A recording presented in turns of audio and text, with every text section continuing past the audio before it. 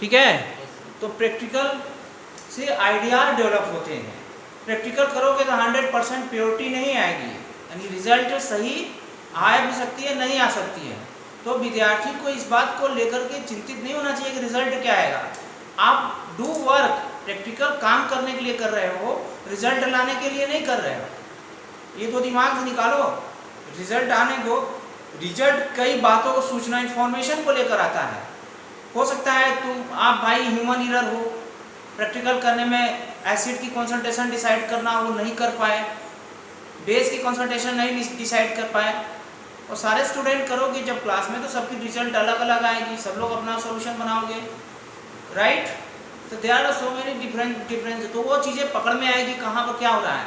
उसके बाद experimental value क्या कर रहा है, कैलकुलेटेड वैल्यू क्या कर रहा है, ये सारी चीज़ें सामने आएगी ना, और उसी तरह से करोगे।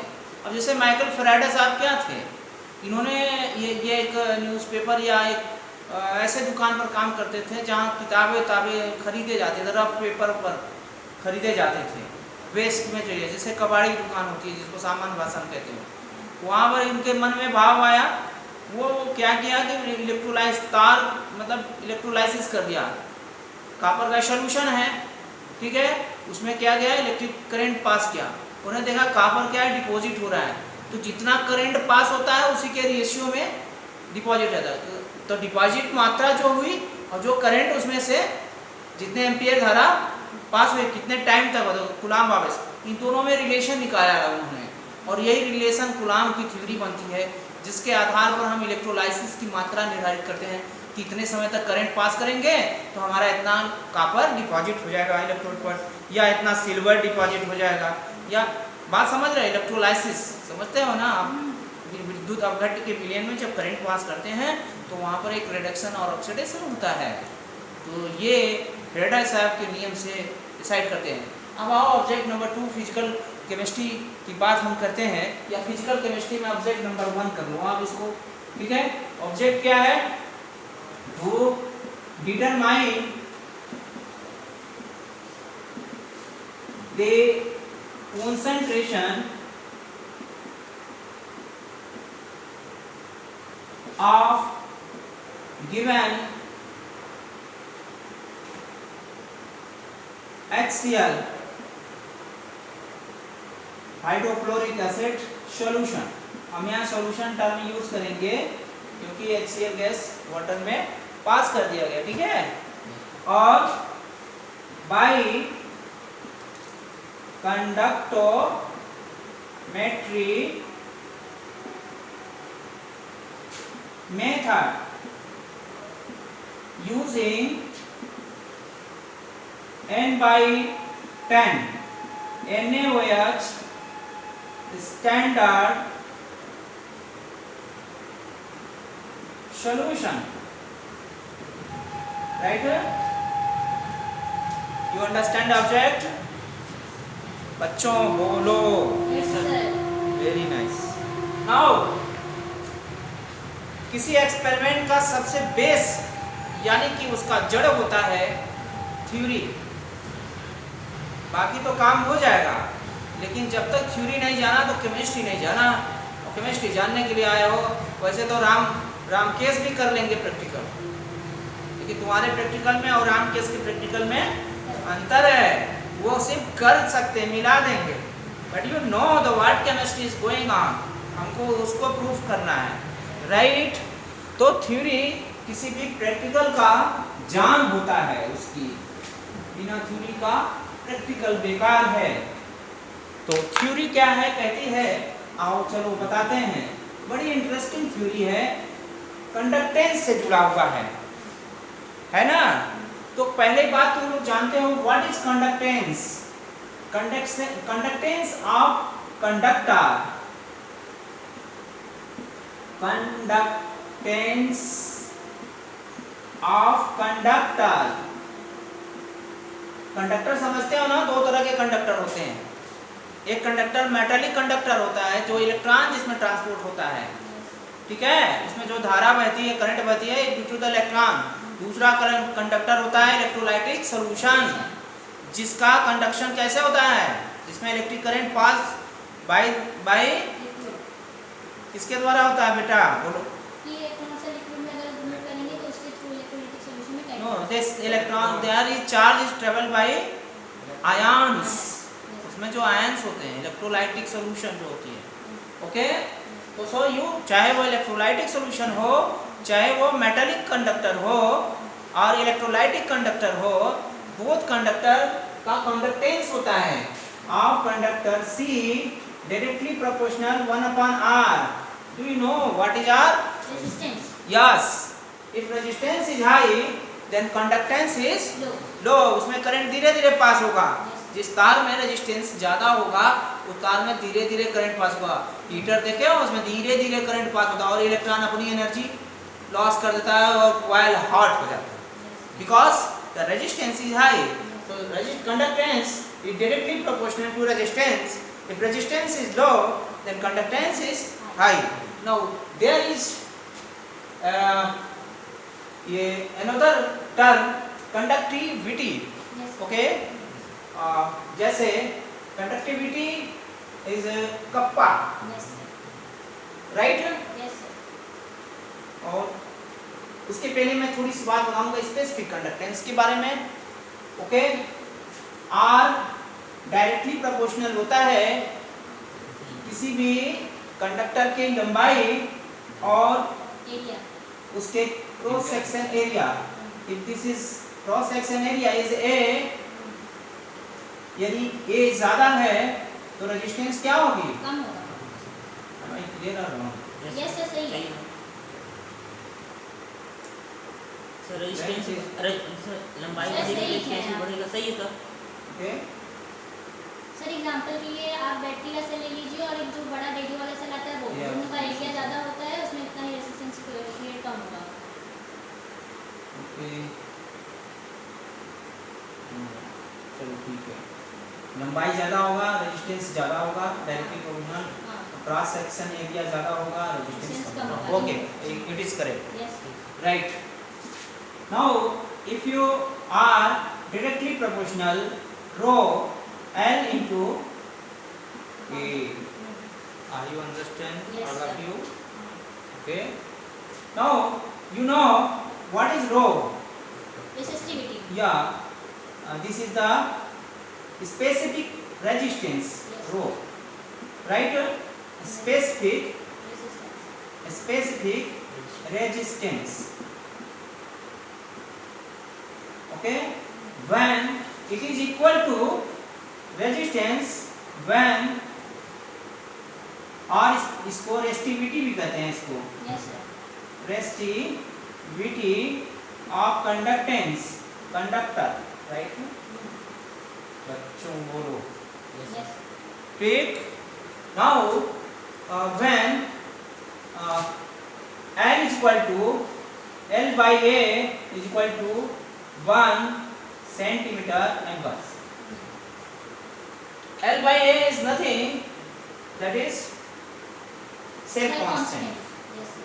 किसी सेल का सेल कांस्टेंट होता है, this is cell constant, right? Yes. तो अब देखो बात एक आती है, तुम लोग जैसे जानते हो कि 1/r इक्वल टू कंडक्टेंस होता है, उसी तरह से 1/ specific resistance is equal to kappa. Kappa होता है। ठीक है बच्चों, Yes. तो you can write yes, चंदा जी से दूसरा लिख लीजिए. एक मिनट, क्योंकि हम उसको संबंध दिखा देते हैं। C 1/r equal to C and C conductance, तो बराबर 1/, ये पूरी राशि लिख देते हैं, रो L/A।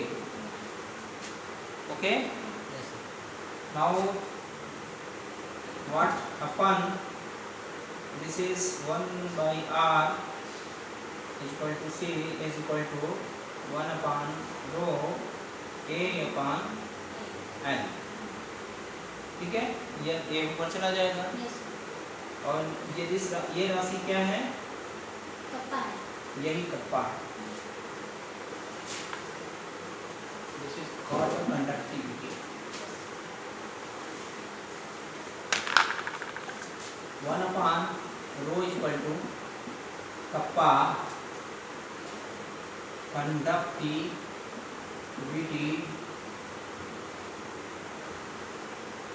और स्पेसिफिक कंडक्टेंस ऑफ कंडक्टर। ठीक है बेटा, कंडक्टर की स्पेसिफिक कंडक्टिविटी है। नाउ यू कैन राइट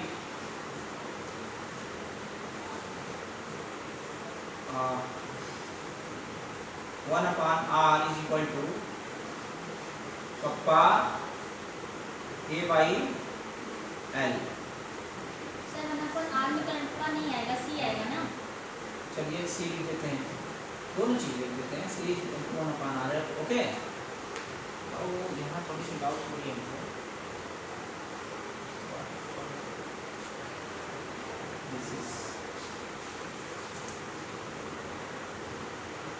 सी के बराबर होता है जब ये जो चीज, ये जो है ना, 30 सेंटीमीटर होता है। कप्पा का यूनिट क्या होता है? तो साइमन इसका होगा प्रति साइमन, कंडक्टेंस का वो प्रति ओम या साइमन। ओके, कंडक्टिविटी यही से मैं इसका यूनिट बता देता हूँ।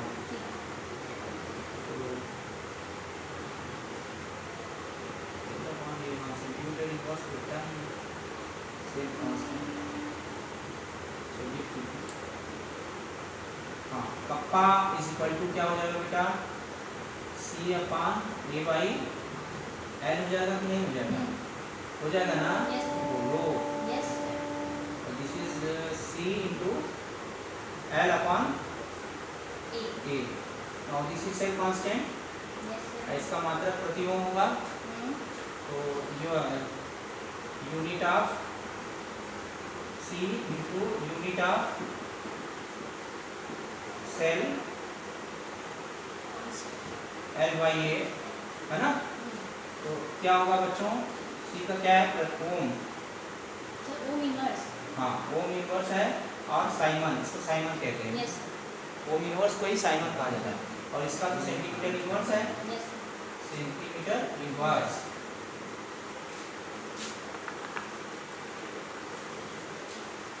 बोलो भाई, समझ में आ रहा है? ये हो रहा है ना? ठीक है। तो क्या हुआ इसका मात्रक? कप्पा का मात्रक क्या हुआ बेटा? Simon centimetre inverse. हाँ, साइमन सेंटीमीटर इनवर्स इनवर्स। ये हुआ कप्पा का मात्रक। और इसकी परिभाषा क्या हुई?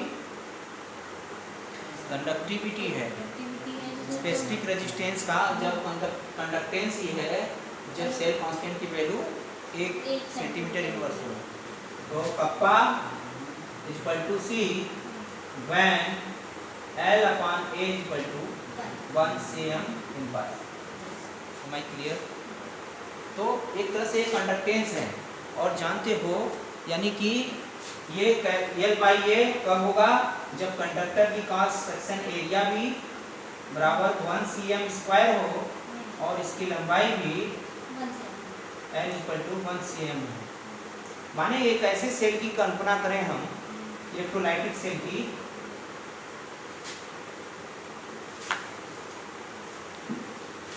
ओके, नाउ कम कंडक्टेंस की बात करते हैं। ठीक है, एक मोलर कंडक्टेंस होता है। ठीक है ना। मोलर ये जो कंडक्टिविटी है कप्पा, तो एक मोल का जो लैम्डा m होता है, इसी से टर्म आया है मोलर कंडक्टेंस बच्चों। और इसको लैम्डा m से शो किया आप कंडक्टर। ध्यान दो, कंडक्टर कोई भी होगा, हम बात करेंगे इलेक्ट्रोलाइटिक सेल की। Equal to conductivity upon molar concentration. ठीक है, यू कैन राइट एम, ठीक है, मोल पर लीटर। तो what is the unit of, या यहाँ कंडक्टिविटी देखते हैं। तो चलो कंडक्टिविटी, क्योंकि साइमन पर सेकेंड से दिए हम देखेंगे, हमारा जो सेल है वो कंडक्टिविटी बताएगा, ये कप्पा की वैल्यू बताता है, ठीक है। और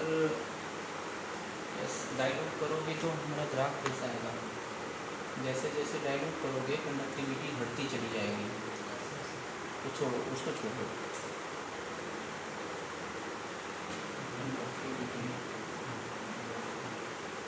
फिर क्या होगा,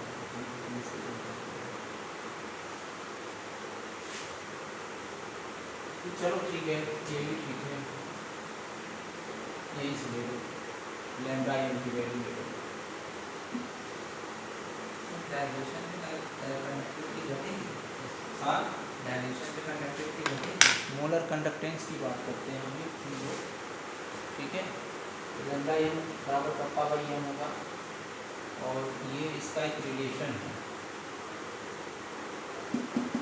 ये है मोलर कंसंट्रेशन। तो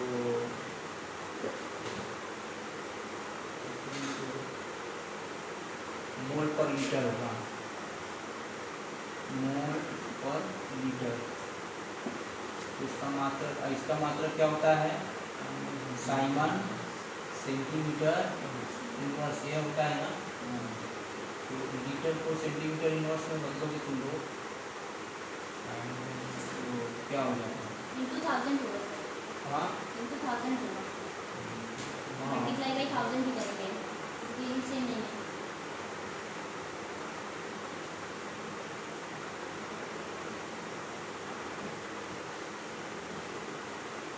इसको सेंटीमीटर करो तो 1 लीटर कितने सेंटीमीटर होते हैं, 1000, हाँ 1000 100 1000 ना 1000 होगा, सेंटीमीटर क्यूब हो जाएगा, है ना, सेंटीमीटर क्यूब हो जाएगा ना। सर ऊपर मल्टीप्लाई हो जाएगा ना, ये चीज़ें डिनोमिनेटर ऊपर चला जाएगा, तो कप्पा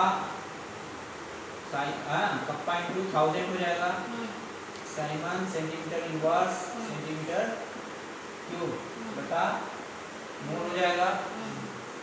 ये दोनों कटेंगे तो तब क्या हो जाएगा, 1000 कप्पा अपान एम साइमन सेंटीमीटर स्क्वायर, ये मोल का मात्रक हो जाएगा, मोल इनवर्स, ठीक है, ये हो जाएगा, ठीक है बच्चों। इस फार्मूले से हम यहाँ मोलर कंसंट्रेशन रख करके जो है सिग्मा डेल्टा एम की बात करेंगे। लेकिन डेल्टा एम जो होता है मोलर कंडक्टेंस जो होता है, इनफाइनाइट मोलर कंडक्टेंस माइनस ए इंटू रूट सी होता है, एक संबंध है, ए इंटू भैया रूट सी, तुम लोग के सिलेबस में था। इससे इस संबंध से ये लिमिटिंग है मोलर कंडक्टिविटी। यहाँ जो लैम्डा एम जीरो जो है मोलर कंडक्टेंस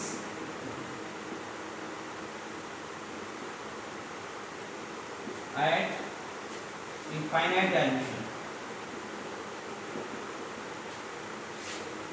डाइल्यूशन, ठीक है, इनफाइनाइट डाइल्यूशन है। तो मतलब कि उसके बाद पानी मिलाते गए कंडक्टेंस। अब यहाँ से देखो ये क्या हुआ, लैम्डा एम यदि ये कांस्टेंट है तो ये डायरेक्टली प्रोपोर्शनल क्या हो जाएगा, माइनस रूट सी, क्योंकि ये भी कांस्टेंट है समानुपाती। और या लैम्डा एम डायरेक्टली प्रोपोर्शनल क्या हो जाएगा, 1/√c।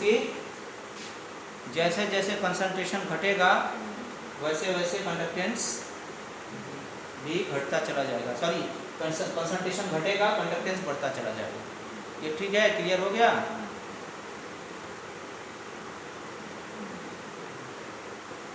ग्राफ यहाँ कुछ अलग मतलब ये देखो हमने दोनों बातें बताई, कंडक्टेंस क्या होता है और मोलर कंडक्टेंस क्या होता है, और ये जो है इनफाइनाइट डाइल्यूशन पर ये चीज़ बता दिया। अब होता क्या है कि जो ये मोलर कंडक्टेंस है यह साइज पर भी डिपेंड करता है।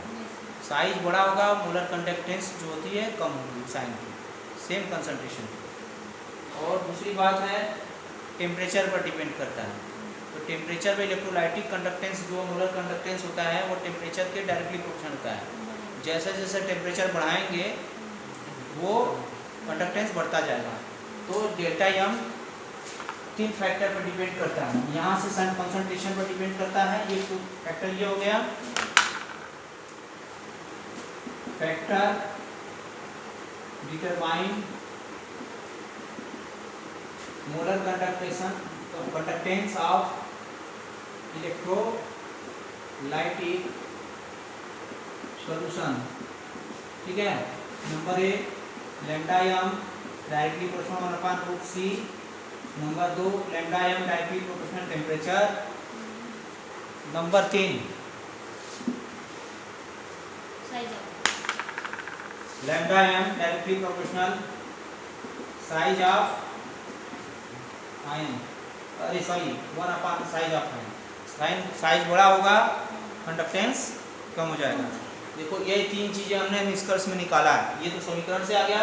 मोलर कंडक्टेंस क्या है ये हमने बताया कंडक्टिविटी से। यदि हमको कंडक्टिविटी मालूम हो तो L/A से हम जो है इसका कंडक्टेंस मोलर कंसंट्रेशन मालूम हो तो हम निकाल लेंगे। और स्पेसिफिक कंडक्टेंस जो होता है इनफाइनाइट डायल्यूशन पर है। और स्पेसिफिक कंडक्टेंस को यानी कप्पा को निकालने के लिए हमको C चाहिए, यानी कि R रेजिस्टेंस चाहिए। सॉल्यूशन का रेजिस्टेंस मिल जाएगा तो हम निकाल लेंगे वो व्हीट ब्रिज वाले से, व्हीट स्टोन ब्रिज मेथड से C निकालेंगे। सारी बात समझ में आ रही है ना? एक बेसिक थ्योरी समझ में आया इलेक्ट्रोलाइटिक कंडक्टेंस। अब होता क्या है कि 3 बातों पर यहीं पर है थ्योरी तुम्हारा, है ना? चूँकि HCl है और इसमें हमने NaOH मिलाया, राइट, और इसके फलस्वरूप बन गया NaCl और प्लस H2O बना। वीक इलेक्ट्रोलाइट है, इलेक्ट्रो यहाँ मैं लिख दे रहा हूँ H2O इज वीक इलेक्ट्रोलाइट। बोलो बच्चों है कि नहीं? ईश्वर है ना? तुम ही हो ना? बोलो ये सही लिखा है? वीक इलेक्ट्रोलाइट है। 10⁻⁻7 मोल पर लीटर होता है शुद्ध पानी में। पानी का डिसोसिएशन पीएच तो है ही है, hydrogen ion concentration, dissociation concentration. ठीक है, तो 10⁻⁷ छोटा है कि बहुत बड़ा है? बहुत छोटा है। बीच में ऐसे बहुत ज़्यादा अजीज बता रहा है वो छोटा है, यानी महसूस कर पा रहा है इस बात को। और तुम लोग क्या कर रहे हो? 10⁻⁷ कितना छोटा है? समझ में आ गया ना? तो can be neglect. So H2 is weak electrolyte.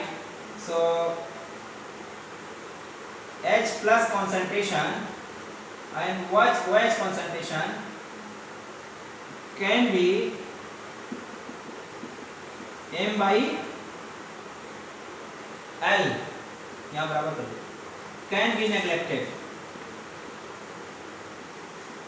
इतना छोटा ही उसको खत्म करो बात। तो हम जैसे जैसे HCl मिलाएंगे तो क्या होगा?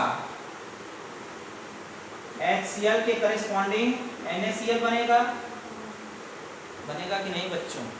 जितना जय मोल HCl कंज्यूम उतना मोल NaCl फॉर्म करेंगे due to addition of NaOH। How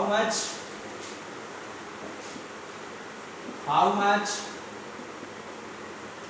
HCl loss, that much or mole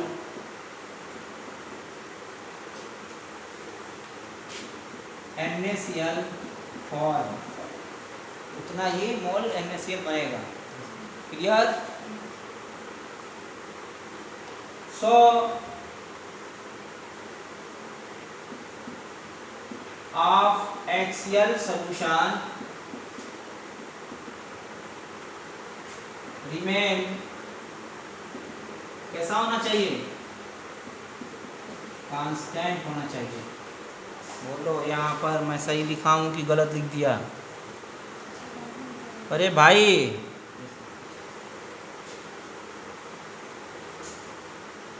आप डिस्प्लेस हुए, आपकी जगह दूसरा लड़का आ गया, तो संख्या में कोई परिवर्तन, रहोगे तो तीन ही। बोलो, तो तुम तो कहोगे सर संख्या में तो कोई परिवर्तन नहीं होनी चाहिए। क्या है? अच्छा, कल छुट्टी रहेगा। संडे नहीं, फिर तो विसर्जन है, तुम लोग को पता ही नहीं है। ऐसा है, अगर पूजा है ज़्यादा सामान लेने So lambda m HCl solution remain constant should be, ध्यान दीजिए, रहना चाहिए कि नहीं? But the conductance continue decreases। क्यों decreases होता है? But lambda m of HCl continue decreases, लगातार घटती चली जाती है। क्यों घटती है? कोई बता दे। इधर आइए ना, आप क्यों उधर बैठे हो? यहाँ तुम लोग का थीम केवल सीखना है, पढ़ना है, यहाँ बैठने थोड़ा नहीं आए तुम लोग। तो कुछ सीखना नहीं किया तो क्या मतलब है यहाँ आने का? उतने दूर से आते हो तुम लोग, यू लर्न ना। उसके लिए चाहे जहाँ बैठना हो, जमीन पर बैठना हो, बैठ जाओ बिना सब कुछ के। ओके, लॉजिकली मैं बता रहा हूँ, ये देखो बातें कहीं नहीं लिखी है, मैं अपनी तरीके से आप लोग को एक्सप्लेन कर रहा हूँ बातों चीज़ों को। तो lambda m of HCl solution remain constant but lambda m HCl continue decreases on adding NaOH solution। क्योंकि रिएक्शन कह रहा है जितना HCl लॉस होता है उतना NaCl बनता है, उतना इलेक्ट्रोलाइट बन गया, तो नंबर ऑफ इलेक्ट्रोलाइट गया कहाँ? भाई संख्या ना चाहिए, कंडक्टेंस के लिए हमको आयंस चाहिए।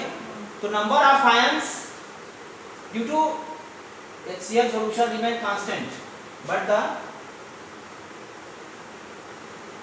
or number of cation CATION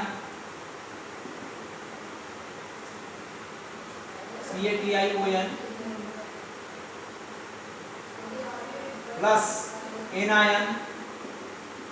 अब कैटायन में आप दोनों चीजें हो सकती हैं,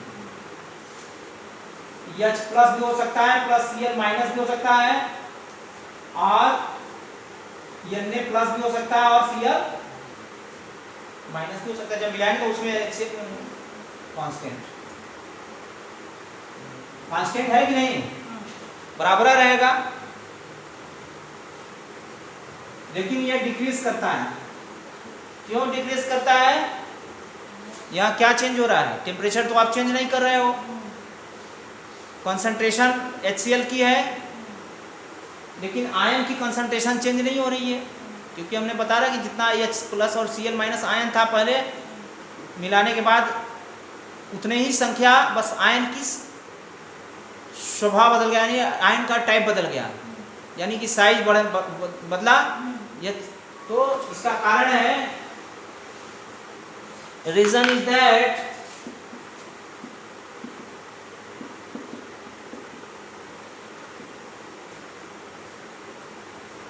H plus displaced by large ion Na plus।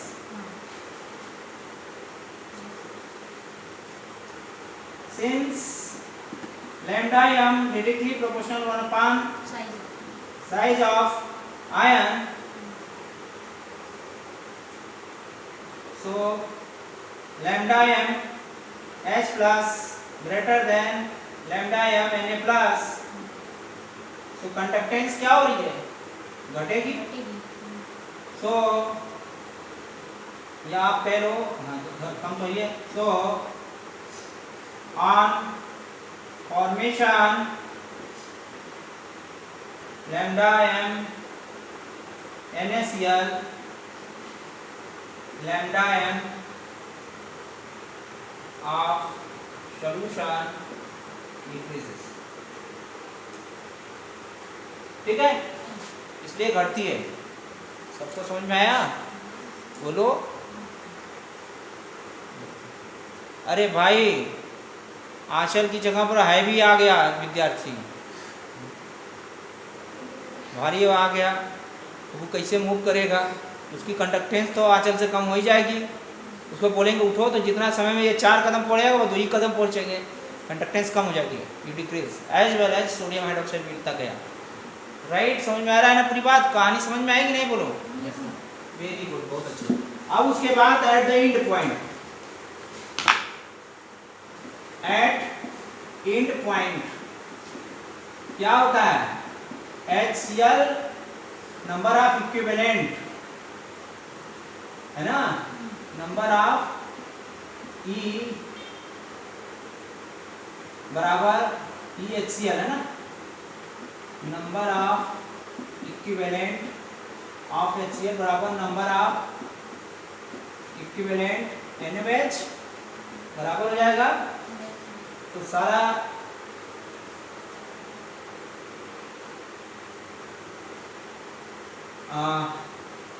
in that condition क्या होगा बेटा? M solution is minimum, क्योंकि सारा HCl NaCl में बदल गया है। Since HCl equivalent to change into NaCl, ठीक है। After then, 1 drop NaOH addition. After then, 1 drop NaOH addition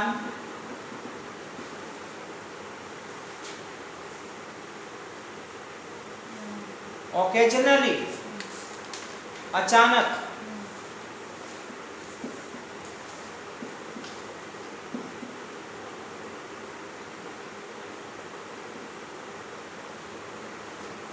M solution increases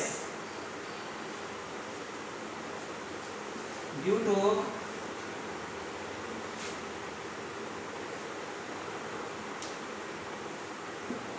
high increase of Na plus OH minus ions by NaOH। बच्चों समझ में आ गया? जो ही ड्रॉप मिलाओगे इतना ज़्यादा NaOH strong electrolyte, strong